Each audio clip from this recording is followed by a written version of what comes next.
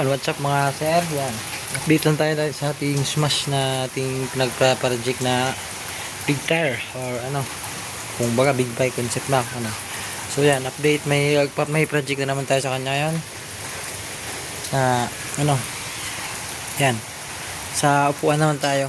Kasi kung matatandaan nyo is inalis natin yung ano niya, yung tapalodo niya sa likod is wala nang ignition or susian yung ano, yung sa ilalim niya. So upuan. Oh, wala na yan. So ang kasi ginawa ko dito para hindi nakalalay dito yung ano niya, yung cable sa upuan is pinalitan ko yan ng haba. Simula dyan, abot yan dun sa harap. Dito yung nakakabit. Oh. Update yan. Yan oh, para tago. Ito oh, ito yan oh. Cable, di ba layo? Oh, tingnan nyo, hilain ko. Yan oh. Bangat.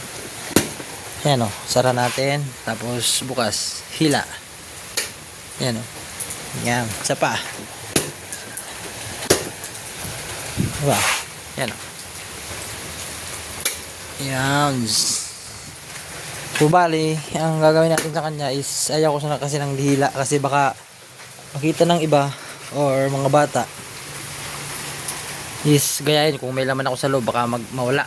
So kaya bumili ako ng ano, may kakabit tayo sa kanya na automatic na ano, na nagbubukas ng upuan. So dipindot lang. So dati kasi kinabitan ko na yan di remote.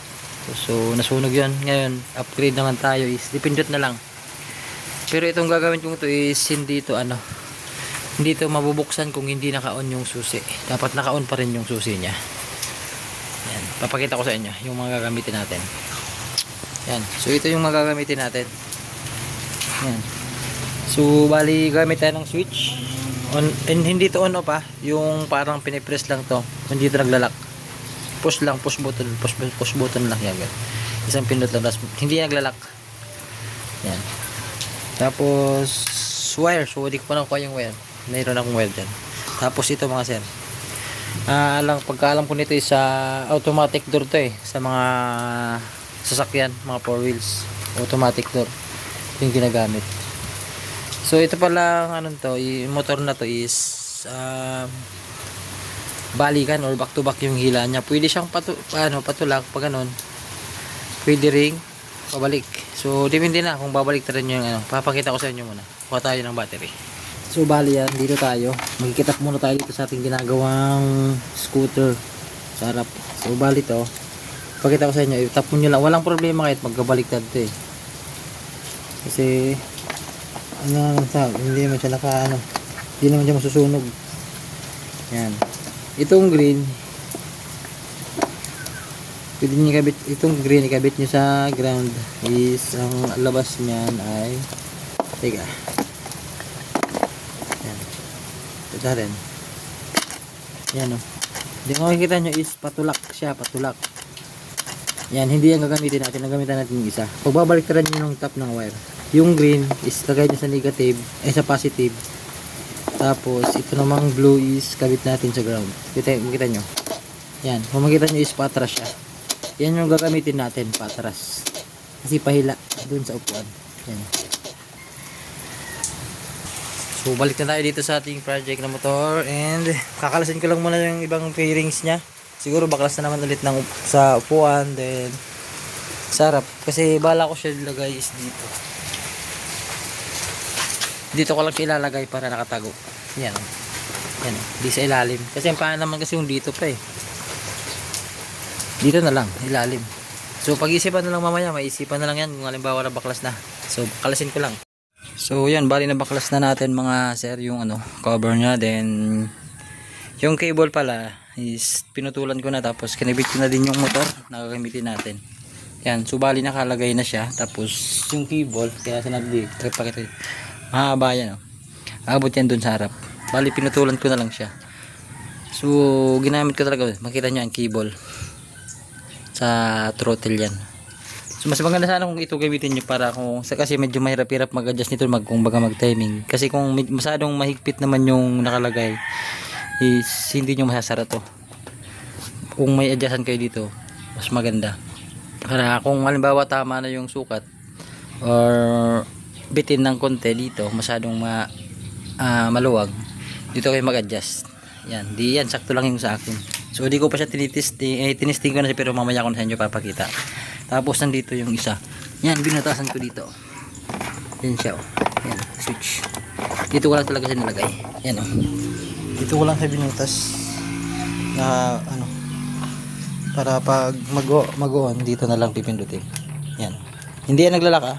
Basta switch, pindot lang yan. Hindi yan on off. Yan, bali yung forma niya. Bali magwa-wirings nga lang ako. Yan. Wirings niya. Yung isa papunta doon, tapos yung isa naka ground. Papakita ko sa inyo. So, ulitin ko sa inyo. Yung kulay green niya is yun ang positive natin na. Kasi yung gagawin natin is pahila. Kasi kung ito yung gagawin yung ground, yung kulay green is ano, patulak yan. Baliktad. Kasi baliktaran yan eh. Pwedeng patulak. Pwedeng patulak, pwedeng pahila. Dalawang klase yan. Babaliktaran nyo lang. So, ma-actual nyo na lang yan pag andyan na sa inyo. Halimbawa, magkakabit kayo nito ng ano. So, pwede naman kung ano, sa inyo. Kasi may nabibiling remote na module na ano, pwedeng di-remote. Depende. Kasi mas kapara sa akin, ginamit ko na natin yung di-remote na yan eh. Delikado pag nasintro ka tapos nasa loob ka ng mall tapos napindot mo yung remote, mabubukas na yung upuan. Ito kung hindi siya nakasusi, hindi rin siya mabubukas yung upuan. Kahit pindot-pindutin pa yan dyan, kung hindi naman nakasusi, hindi talaga yan. So papakita ko sa inyo mamaya. Yan, wirings muna ako. So bali yan. So bali na ikabit ko na yung ano niya sa grounds. Yan, ito yung wire niya. Yan, binalutan ko siya nito. Hindi to. Yung isa. Ito. Para kumaskat mo sa ano, hindi ano. Abot pa yan dito, babalotin ko pa yan dito. Nakabit na siya sa ground, so sasampulan natin. On natin yung susi. Yan, nakadutro lang. Tapos stop natin dito. Tingnan yung upuan niya. Yan o. Di ba? Makita nyo, narinig nyo tumutulog.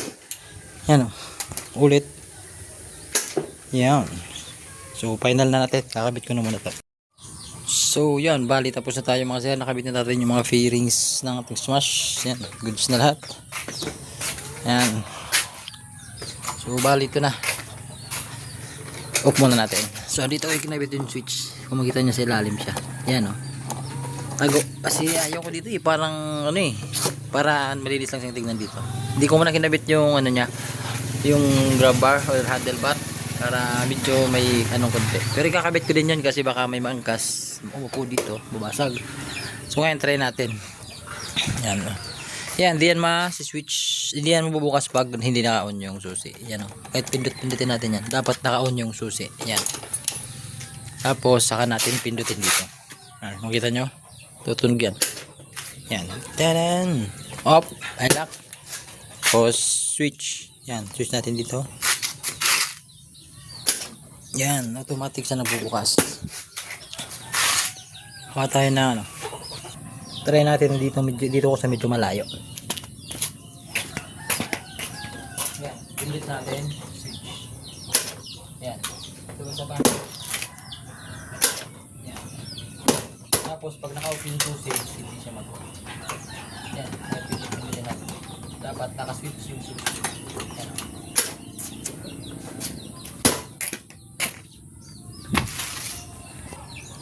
So, bali yun lang muna yung project natin sa kanya and abang-abang na lang tayo sa sunod na upgrade natin sa ating smash na project.